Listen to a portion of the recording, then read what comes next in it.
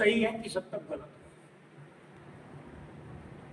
क्योंकि हम कोई भी काम करते हैं, अगर बाजार में सुई भी खरीदने जाएं तो उसे कई बार उलट पलट करके देखते हैं कि ठीक है कि नहीं है। जान गुरु के ज्ञान की बात करें तो वहां हम क्यों नहीं उसे उलट पलट कर खूब अच्छे तरीके से जांचेंगे। क्योंकि जिसके लिए कबीर साहिब ने कहा मन के मते ना चालिए मन के मते अनेक, अब हम हर बात में कह देते वाह, क्योंकि मन के मत चलने से, मन के अनुसार, हमारे अपने मन के अनुसार चलने से हम कुएं में पड़ेंगे और गुरु के मन के मते के अनुसार चलने से हम पहाड़ पर चढ़ेंगे। इसलिए सब धर्म शास्त्रों ने एक चीज बहुत अच्छे से मानी है। उन्होंने कहा, हमारे उपनिषद कहते हैं गुरु ब्रह्मा गुरु विष्णु गुरु देव महेश्वर, क्योंकि तीन ताकतें, त्रिदेव ब्रह्मा विष्णु और शिव, इस संसार की, इस सृष्टि की कारकुन है, ये प्रबंधक हैं, ये मैनेजर हैं, ये मैनेज करते हैं तीनों ही ताकतें इस संसार को चलाने में, इनकी व्यवस्था है।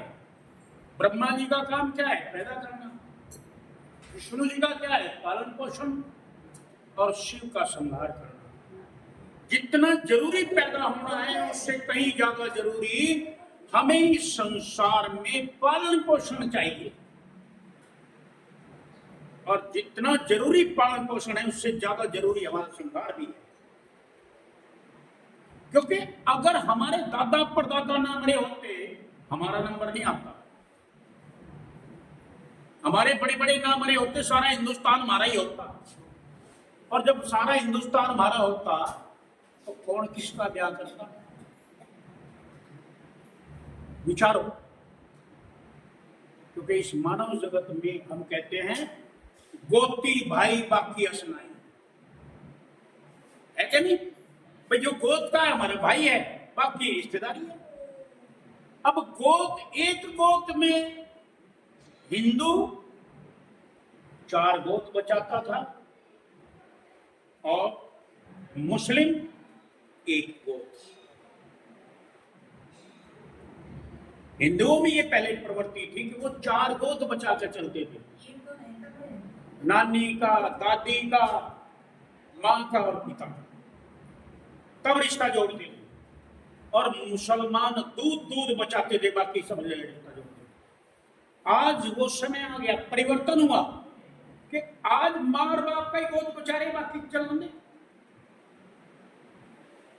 तो हिंदू 4 गोद और मुस्लिम दूध बचाता, इन्हें पलटा खाया। आज थोड़े समय बाद हमारे हिंदुओं में वो परंपरा आ जाएगी कि 2 गोद हैं, केवल दूध बचेगा आगे जाके।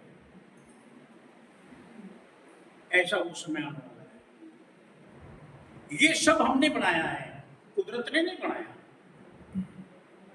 और हमने जो भी चीज बनाई है वो आर्टिफिशियल है, वो बनावटी है। कुदरत की बनाई हुई वो नेचर की, वो नेचुरल है, वो प्राकृतिक है। कुदरत की हर चीज हमें हेल्प देती है। हमारी हर चीज बनाई हुई उसमें से 80% हमें नुकसान देती है। नोट करो। तो महापुरुषों ने कहा कि मन के मते तुम जा रहे हो। मन के मत चलने का और गुरु की मति पर चलने का कितना अलग अलग प्रभाव है, या नोटिस करो। कहते एक गुरु का प्यारा था, उसने अपने गुरु से नाम लिया। गुरु जी ने उसे एक दिन बैठा के समझाया, बेटा बैठ, ऐसा करना, तू पूर्व दिशा में जाना, अगर जरूरत पड़े तो पूर्व दिशा में चला जाइए, पश्चिम में चला जाइए, उत्तर में चला जाइए, दक्षिण में मत जाइए। उसने गुरु की बात मान ली, नहीं जाने का भाई। एक दिन उन्होंने कहा, गुरु जी ने पूर्व में जाना कहा था, तू पूर्व में चल। वो पूर्व में गया, थोड़ी बहुत दूर जाके वो एक जगह, ऐसी जगह पहुंचा जहां चांदी का भंडार पा गया। जो हम जीवन पहनते हैं। बड़ा खुश हुआ, बस गुरु जी ने कहा था। फिर वो पूरब की जगह पश्चिम में एक दिन चला गया, वहां उसे सोने का भंडार पा गया। तीसरी दिशा में गया उत्तर में, वहां उसे हीरो का भंडार पा गया। मन में फर्क आ गया गुरु जी के प्रति। गुरु जी ने चौथी दिशा में जाने को मना करा, वहां और भी कीमती है, उनने वहां अपने खातर बचा रखा। ऐसा करता हूं, चलता हूं, मैं इस दक्षिण में नहीं जाता। देखी जागी जो कुछ होगा। अब देखी के जागी वो दक्षिण में चल दिया, और चलते चलते बहुत दूर निकल गया। और बहुत दूर जाने के बाद उसने एक महल वहां देखा। कहना, देख गुरु जी कितना चालू आदमी, क्योंकि मन ये गवाही दे रहा है ना, गुरु जी कितना चालू आदमी। इस आलीशान महल में, अब तक आलीशान महल नहीं थे, सोने चांदी हीरे जवाहरात की खान थी, इस आलीशान महल में उसका कोई राज छुपा है जो वो बताना नहीं चाह रहा। तो उसमें वो वहां गया, उसने देखा क्या एक गेट था, उसमें गेट में घुस गया। अंदर गया तो अंदर वो बहुत आलीशान महल में घूमता रहा, तो अंदर एक छोटा सा दरवाजा। भाई इसमें क्या देखो। अब वो उसमें जैसे तू बहन माता वैष्णो देवी में फांसी में गोली करते होंगे, कहीं मैंने देखी नहीं, उसमें गोली करे। तो वो उसमें वो दरवाजे में गोली कर गया। लिकड़ के जाने के बाद उन्होंने आगे क्या देखा, एक आदमी उस कमरे के अंदर बैठा चक्की चला। उन्होंने उससे पूछा, भाई तू कौन और यहाँ कैसा आया? कहला, मैं बता तो दूं, पर यहाँ पहले चक्की तो पकड़ मुझे बताऊंगा। भले भी चक्की पकड़ूंगा, क्योंकि तो जानने का इच्छुक था। उनने उसे चक्की पकड़ा दी, चलाता रही। भाई इस चक्की की एक विशेषता है, अगर यह रुक गई, क्योंकि मैं रोक क्यों नहीं पा रहा था कि मेरी उसी टाइम मौत आ गई। तूने चक्की संभाली, रुकनी नहीं चाहिए, मैं बात बताऊंगा पूरी। पता, अब वो चक्की चलाने लगा, चलने लगा, कह रहा बात तो बता दे। कहना, सुन, मैं भी एक गुरु का शिष्य ऐसे करता जिसने मुझे 3 दिशाओं में आने का रोका नहीं। उन्हें परमिशन दे दी, लेकिन चौथी दिशा में दक्षिण में आने का रोक दिया। लेकिन मैं एक दिन सोचा, मैं पता नहीं क्या छुपा रखा गुरु। मैं यहाँ आया, मैंने देखा एक आदमी यहाँ चक्की चला रहा है। तो मैंने से कहा, भाई तुम कौन, कहाँ से, जैसे तेने सवाल करे। तो कहना, भाई चक्की तुम ले ले और मैं बता दूंगा। मैंने वो चक्की ली, तो मेरे से कहने लगा, भाई दिखे बड़ी मुश्किल से मेरा पीछा छूटा, अब तू इस चक्की को चलाओ जा, मैं तो चला, तेरे चक्की चलते तू मत जा, रुक गई। अच्छा क्या बात, अरे भाई तुम ना रोकिए, ठीक है, मेरा पीछा छूटा, तू रोक के देख ले, गैर पड़े। तो ये भी हमारा मन हमें संशय में डाल देता है। इसलिए महापुरुषों ने कहा, मन के मते ना चाहिए, मन के मते अनेक, ले डूबे भावधार में, ये भावसागर में डुबाने के लिए काफी है। बड़ी, अभी तुम में से कोई ऐसा है जो नाव में कभी बैठ के चला हो दरिया के बीचों बीच? कोई सा तो होगा नहीं, तुम तो होगी जरूर, तुम भी नहीं हो। क्योंकि हमने अपने जीवन में नाव का सफर भी करा है, दरिया पार करके, जमुना पार करके। और जब मल्लाह होता था, हाँ पता नहीं कितनी बेर कराई है बात से, जब मल्लाह होता था, जो बड़ी लगा के, एक बहुत बड़ी वो बल्ली होती थी, उस बल्ली के सारे नाव को खेता था। आजकल तो हमने देखा पिकनिक पजामा स्पॉट पर तो चप्पू चला रहे ना, वे चप्पू नहीं थे, क्योंकि वो तो आर्टिफिशियल दरिया है। लेकिन जो असल दरिया है, गंगा जमुना, जो बहुत लंबा चौड़ा, मतलब अब तो अब जाके देखो जमुना कितनी चौड़ी है, क्योंकि पानी भर रहा ना। पहले जमुना इतनी ही थी, अब तो तटीबंध लगा दिए लोगों ने, सरकारों ने। तो वो जो मल्लाह होता था, जब बैठ जाते थे, कहीं नाव डावाडोल होती थी, सुने बच्चे, तो जब कहीं नाव डावाडोल होती थी ना, मल्लाह के बस में नहीं रहती थी, क्योंकि वो पानी का बहाव तेज था और वो नाव एक तरफ भगले थी। तो उन्होंने कहा भाई कोई पापी हो तो कूद जाइए, नहीं नाव डूबेगी। अब ऐसा तो कोई है नहीं जो पापी ना हो, लेकिन पहले के लोग इतने वो थे चतुर, समझदार भी थे। अब जो बहुत ज्यादा घोर अपराध जिसने करा वो कूद ही जा, ऐसे नहीं थे, ऐसे थे तो देखे नहीं होंगे, लेकिन यह बात तो सुनी होगी। नू तो नहीं सुन, नू तो सुना होगा भाई कोई पापी हो तो उतर जियो भाई। तो यही चीज हमारी ये जो शरीर है, ये नाव है इस भवसागर को 84 को पार करने, क्योंकि हम में कोई ऐसा नहीं है जिसकी जन्म तिथि तो याद है, वो माँ बाप ने बताई, लेकिन इसके पहले हम कहाँ थे, कौन थे, किसके भाई साई थे, किसी को याद नहीं ना। गुरु हमें इन चीजों को पूरी तरह उगाड़ता है और वो हमें बता देता है कि हमारा जो निज घर है, हमारा जो हमारी व्यक्तिगत प्रॉपर्टी है, वो क्या है और हम कहाँ के रहने वाले हैं। गुरु अगर हमें उस श्रृंखला से नहीं जोड़ता, बाकी हमें रिद्धि सिद्धि कुछ भी दे दे, वो गुरु गुरु नहीं है। गुरु हमें हमारे निज घर पहुंचाने की ताकत रखता है।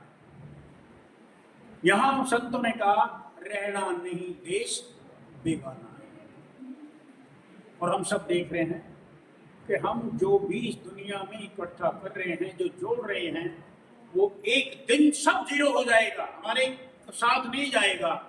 और जो चीज जिस दिन जीरो हो जाएगी, और ऐसा नहीं कि डाउट है भाई जीरो होगी ही, ये पक्का है कि जीरो होगी, उस दिन हम इन सब चीजों को इकट्ठा करने का मतलब ही क्या रह गया। अगर ये सुनने की है, इसे मैं अपनी कह रहा हूं, मेरे साथ जानी चाहिए कि नहीं। अगर मेरी अपनी है नहीं और ये सुनने की, और ये अगर तुम्हारी है, तो मैं देखने मात्र से संतुष्ट हो लूं, भाई मेरा नसीब है, मैंने देख तो लिया। लेकिन क्या ये संतुष्टि है हमें किसी? हम तो कहें हमने देख नहीं ली, सबर जब आवे जब हमारा नाम लिखा जाए, यही हाल है ना। गुरु हमें इन बीमारियों से, इन चीजों से अलग करता है, छांटता है, क्योंकि हमारे मन पर मैल चढ़ी हुई है, हमारी आत्मा पर मैल चढ़ी है, गुनाहों की और पापों की। वो मैल, वो गंदगी हमारे अपने वजूद को देखने में बाधा है, क्योंकि दर्पण जो है, आईना जो है, जब हम उसके सामने खड़े हो जाते हैं तो वो हमें हमारी असलियत बता देता, हम कैसे। अगर दर्पण पे गर्द चढ़ी हुई है, मिट्टी लगी हुई है, तो हम देख सकते हैं क्या अपने को? नहीं देख सकते ना। तो हम कौन हैं, असलियत में हमारा वजूद क्या है? मैं लता हूं या लता से अलग कोई और वजूद है? कुल मिला के घूम फिर के मैं तो लता ही हूं, मैं तो सुमन हूं, मैं तो वर्षा हूं, मैं भगतराज हूं। इसके अलावा तो हमारा कोई और वजूद नहीं है। क्या है? और ये वजूद एक दिन नेस्तनाबूद होना है, पक्का। यानी ये कतई मड़ियामेट हो जाएगा इसका। अभी जो बता रहे थे कि भाई बाप के साथ जेठा बेटा की है, मतलब प्रश्न चिन्ह लगा देता है। क्या हमने अपने बड़े बुजुर्गों पर प्रश्न चिन्ह लगते हुए नहीं देखा है? तुम्हारे परदादा आज कहां हैं? ला देंगे कोई? नहीं लाते। तो कभी कभी हमें इन सब बातों से बहुत सबक लेनी चाहिए। एक बहुत पहले एक मूवी का गाना आया था, बहुत प्यारा सुंदर गाना है, जाने चले जाते हैं कहां दुनिया से जाने वाले, जाने चले जाते हैं कहां, कैसे ढूंढे कोई उनको, नहीं कदमों के भी निशान। जाने हैं वो, जाने हैं वो कौन नगरिया, आए जाए खत ना खबरिया, आए जब जब उनकी यादें होठों पे लेके फरियादे, जाके फिर ना आने वाले जाने चले जाते हैं कहाँ, कैसे ढूंढे कोई उनको नहीं कदमों पे भी निशान। कल हमारा भी यही हाल होना, हमारे कदमों के निशान तक नहीं छोड़ेंगे लोग। हम किसके ऊपर हामी भर रहे हैं, किसके ऊपर अपने वजूद को थाम लिए। अगर हमारा भी यही हाल होना है तो इसके पहले कि हमारा ये हाल हो, हम अपने निज घर की तलाश ना कर लें, कैसा रहेगा? क्यों लगता, कैसा रहेगा? हम अपने इंडिविजुअल रूप से जो हमारा घर है, जहां के हम निवासी है, वहां का पता कर लें। भलाई इसमें है या हम भी ऐसे रोड़े खुले फिरते रहे? क्या कहेंगे आप बताइए सब मिलके। अरे भाई कुछ तो बताओ, इतनी तो मानस बुद्धि भी है,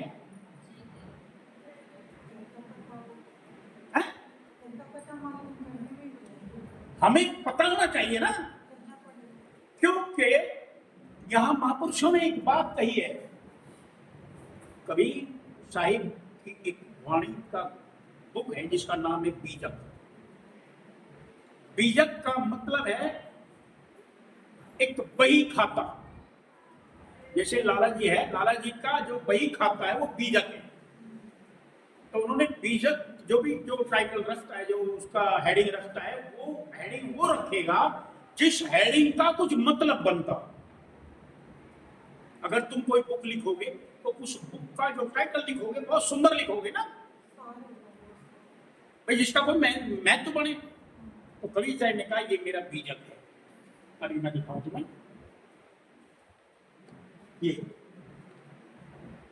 क्या लिखा कबीर साहिब का, बीजक है। अब बीजक ये कबीर साहिब किसी व्यक्ति विशेष का नाम है और इनके द्वारा ये रचना करी हुई, इसका नाम लिख दिया बीजक। तो ये बही खाता है। बीजक एक बही खाता है, लिटरेचर है हमारा, जिसमें लाला जी अपना अगला पिछला उधार नगद खर्च आमदनी का ब्यौरा लिखता है, जिसमें वो बही खाते में लिखता है। फिर वो उसका साल में 10 साल में जब भी हिसाब लगाएगा, उसका जो टोटल बैलेंस आएगा, जो उसकी कमाई है वही तो बताएगा। तभी तो बताएगा हमने इतना कमाया। ऐसे ही कबीर साहिब ने इस मानव शरीर को बीजक कहा। अब जब हम इसे पढ़ेंगे पता लगेगा कि इस बीजक का संबंध किस बात से, हमारे शरीर से। ये शरीर बीजक है और यहां इन्होंने बानी लिखी है, बीजक बतावे वित्त को। वित्त मतलब पूंजी, जो वित्त गुप्ता होए। यानी जैसे लाला जी की बही ने ये बताया, भाई आमदनी इतनी, खर्चा इतना, फलानी जगह से इतने आए, ढिमकानी जगह से इतने चले, वो चले, और टोटल बैलेंस इतना है कि भाई 5 लाख रुपए बैलेंस है। अब वो 5 लाख रुपए जो बैलेंस है, वो 5 लाख रुपए बही खाते में नहीं है, उसमें तो हिसाब है। गौर करने की बात है, उसमें केवल लेखा जोखा है। वो पैसे कहीं तिजोरी में रखे, वो पैसे कहीं तिजोरी में रखे हैं। और वो तिजोरी में कौन से लॉकर में रखे हैं, सवाल ये है। जो जब तक उस तिजोरी का पता ना लगे, जब तक उस लॉकर का पता ना लगे, तो चाबी का खाक लगाएगा, और चाबी नहीं लगेगी तो लॉकर खुलेगा नहीं। अब उस लॉकर को खोलने के लिए हमें उस बीजक के मसीहा को चाहिए, वो जो बीजक का मसीहा जिसने ये पढ़ाया, हमें वो चाहिए, उससे मित्रता चाहिए। वो हमें चाबी दे देगा, मास्टर की दे देगा, सारा खुल जाएगा। सीधी सी बात है। केवल इस कार्य के लिए मनुष्य देह के लिए है। और हमने यहां करके क्या करा? हमने यहां करके 5 तत्वों के द्वारा जो चीजें संसार में पैदा हो रही हैं, इन 5 तत्वों में भूल गए, अपने लक्ष्य को भूल गए। हमारी माता एक कहानी सुनाया करती थी, हंसते पान और बोलती सुपारी। उसे लाने थे खोज के भी, और जब वो चला तो ये लक्ष्य तो भूल गया और के झंझट में पड़ गया। हमारा भी यही हाल है। हम आए थे हरि भजन को, हम आए तो इसलिए थे कि हम परमात्मा से मिलने की बारी आई थी, हमारे कष्टों का, दुखों का अंत होने का समय आया। लेकिन क्या करा? कोटण लगे कपास। कपास मतलब जो सैंबल, जो फूल है कपास का, वो सब फूलों में सुंदर फूल लगता है। आप देखो कभी कपास के फूल, कितना वाइट रंग, वो क्या गजब है। और जब उसको खोलते हैं कुछ भी नहीं। और क्या? मारी चोंच जब रोई निकसी, सिर धुन धुन पछताया, भजन बिन पावे उन्हें हीरा सजाया। वाणी है नहीं? ये शरीर कितना सुंदर है, और एक से एक बढ़कर सुंदरता इस संसार में मौजूद है। हमारी जितनी कैपेसिटी है, जिसकी जितनी कैपेसिटी है, वो उतनी ही सुंदर चीज का मालिक होना चाह रहा है। वो उसके आगे नहीं बढ़ता, मुझे पता तेरी हैसियत नहीं। तो यहां हम सब कैसे हैं? एक बगीचे के फूल हैं और एक से एक सुंदर। इस बगीचे की फुलवारी में हमारी जितनी कैफियत है, हमारी जितनी कैपेसिटी है, हम उतने ही सुंदर फूल का चुनाव करते हैं। उसके आगे नहीं जाते, उसके नीचे भी नहीं जाते। और फिर उस फूल के साथ ही हमारा जीवन तबाह हो जाता है, खत्म हो जाता है। क्यों? क्योंकि कैंसर के कीटाणुओं की तरह इस संसार में हमारा आलम हो जाता है। 1 के 2, 2 के 4, 4 के 8, 8 के 16, इस तरह फैलते हैं। अब ये उन महापुरुषों ने हमें बताया, जिन महापुरुषों ने अपना निज घर देख चुके, जो महापुरुष अपना निज घर देख चुके, उन्होंने हमें बताया, किसी अरे गहरे ने नहीं बताया। कबीर साहिब जो इस धराधाम पर आए अभी 600 साल पहले नहीं, उन्होंने कहा, बीजक बतावे वित्त को जो वित्त गुप्ता होए। भाई जो वित्त है, जो खजाना है, वो इस मानव शरीर में मौजूद है और गुप्त रूप से मौजूद है, हमें पता ही नहीं। हम भिखारी बने बैठे हैं। तो इसके अनुसार हमें उस खजाने को तलाश करना चाहिए कि नहीं? और जिसने इसको तलाश करा और जितनी दूर वो निकला, उतना ही वो मालामाल होता चला गया। भाई कोई 1 कदम चला तो रिद्धि सिद्धि का मालिक हो गया, कोई 2 कदम चला देवता बन गया, कोई 3 कदम चला सिद्ध बन गया, कोई 4 कदम चला पीर बन गया, कोई नाथ बन गया, मच्छंद्र नाथ, गोरखनाथ, और कोई चलता ही रहा अपने मंजिल पे पेच पहुंचा तो परमात्मा।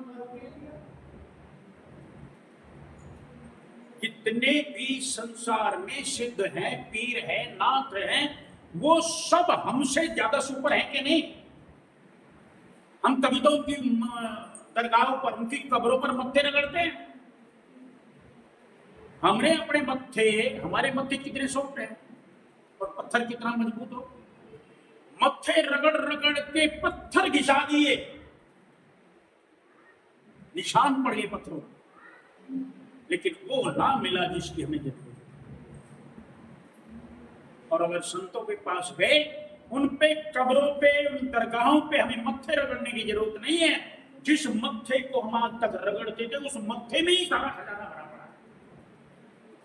बात ये है, तो हमें इसको पाने के लिए गुरु करने की आवश्यकता है, क्योंकि मात्र हमारी ख्वाहिशें, ये दुनिया के रंग रूप, ये दुनिया की चीजें नहीं हैं, बल्कि जब हमारा मन कितना जालिम है, ये हमें तब पता लगता है जब हम साधना में बैठे। इसके पहले तो हमें मन की गति का पता भी नहीं है। और जो जिन्होंने साधना नहीं करी, उन्हें मन मोटे मोटे कर्मों में फला दे, दौड़ा दे, ये भी बात है। तो हम यहां चलते हैं छोटे से सत्संग के ऊपर। अरे काफी दिया भाई, जिसमें कहा है मन के मते न चालिए। तो चलें, चलें सब, बोलिए गुरुदेव की। एक ईश्वर में बोलेंगे, एक ही नारा, चलो चले सत्य की ओर। अरे भाई, मुझे लग रहा है कि मैं तुम्हें जबरदस्ती बैठा रहा हूं, इसलिए जो जबरदस्ती बैठे हैं वो धीरे बोल रहे हैं, जो जबरदस्ती नहीं बैठे वो जोर शोर से बोल रहे हैं। चलो चले ये बात देखा, अकेली मन ने सबको दबा दिया। अब आप लोगों की उपस्थिति और उत्साह देखकर मुझे बड़ी खुशी हो रही है, क्योंकि कभी कभी आप लोग जब मुझे याद करते हैं तो मैं आ जाता हूं, और आप लोगों के दर्शन करके बड़ा आनंदित होता हूं। बात यह है कि आज भारत ही नहीं, बड़े विश्व की, पूरे विश्व की बात है कि सब दुखी हैं, सब दुखी हैं। कोई सुखी नजर आ रहा है? कबीर साहब ने कहा, तन धन सुखिया कोई न देखा, जिसने शरीर धारण कर लिया कोई सुखी नहीं। सब दुखी हैं, तन धन सुखिया कोई न देखा, जो देखा सो दुखिया। गुरु नानक साहब कहते हैं, नानक दुखिया सब संसार, सो सुखिया जो नाम आता। हर सिर में है,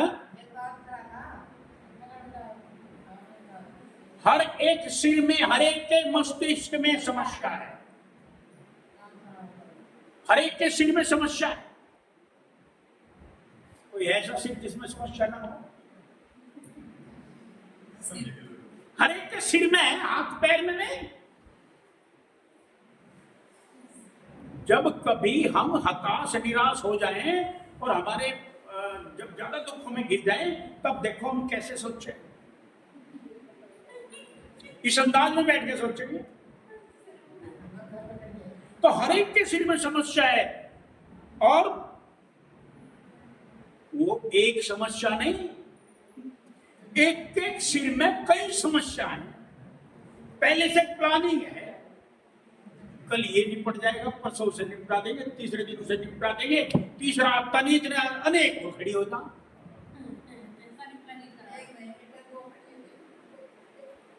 इस कारण लोगों के मन में क्या बना रहता है? टेंशन, तनाव,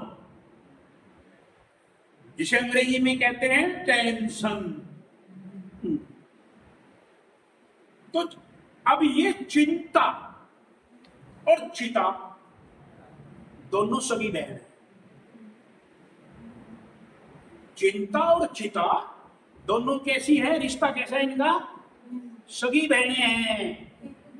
चिंता जिंदों को जलाती है और चिता मुर्दों को जलाती है। केवल एक बिंदी का अंतर है, बस सारे भावार्थ बदल जाते। चिंता जिंदों को जलाती है और चिता मुर्दों को जलाती है, मरे हुए को जलाती है। चिंता हर रोज जलाती है, धीरे धीरे हर रोज मारती है। और चिता एक घड़ी में काम खराब नहीं करते, गति देते। तो चिता हमें एक बार जलाते। गोस्वामी तुलसीदास जी महाराज कहते हैं कि चिंता क्या है? चिंता नागिनी है, नागिन है। वो सर्पणी की तरह रोज फुंकार मारती। चिंता सापनी काहे नहीं खाया, को जग जाही न व्याप्ति माया। कोई ऐसा है जिसके अंदर माया ना व्यापी हो? तो किसी को भी जब जहर चढ़ जाता है सांप का, तो जब विष चढ़ जाता है तो क्या होता है? वो धीरे धीरे मरता है, धीरे धीरे, एकदम नहीं मरता जहर सांप का।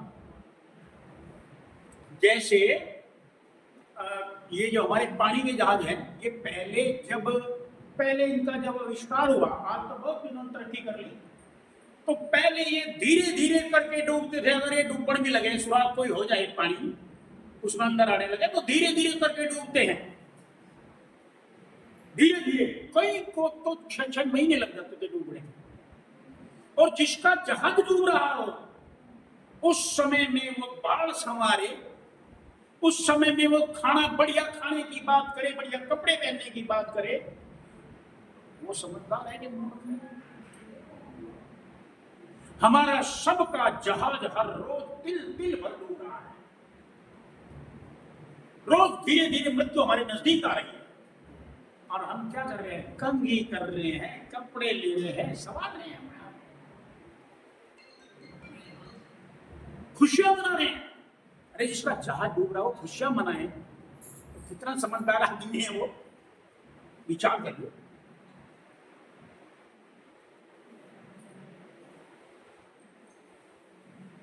अब देखिए, शशि को ही बुला ले बेटा, कोई बात नहीं, ही बुला ले, हमें पता सुमन का आदेश चले।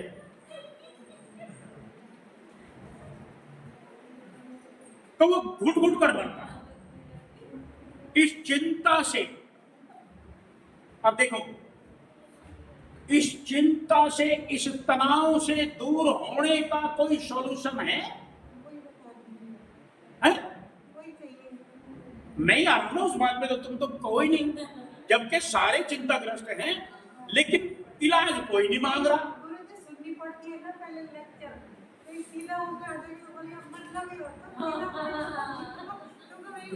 तो इस चिंता से, इस तनाव से दूर होने का, मुक्त होने का कोई इलाज है? तुम्हारी नजर में है? अरे भाई, मैंने तुमसे पूछा, तुम्हारी नजर में है? तुम्हारी नजर में, किसी की नजर में है? हमारे पास है। अब जैसे गुरु नानक साहिब ने अपनी वाणी में लिखा, हाथ पैर तन भरी है खे। हाथों पैरों पर मिट्टी लग जाए, हाथ पैरों पर मिट्टी लग जाए, तो पानी धोवो तो तुरंत खे, पानी से धो लो, मिट्टी उतर जाएगी। मूत पलिती कपड़ संग, अच्छा कोई बात नहीं बेटा, मूत पलिती कपड़ संग, हमारे कपड़े पर गंदगी लग जाए, हमारे कपड़े पर गंदगी लग जाए, मैल चढ़ जाए, तो वो साबुन से नहीं उतरेंगे, उससे नहीं उतरेंगे पानी से, वो धोवे साबुन के संग। और भरिए मति, अगर हमारी बुद्धि पापा के संग, हमारी बुद्धि पाप से भर जाए, तो पानी से धोगे या साबुन से? वो साबुन से धोएं या पानी से? अरे बैठ जाओ माता श्री, अरे उड़ा नहीं आओ, यहाँ बैठो, यहाँ बैठ जाओ सामने,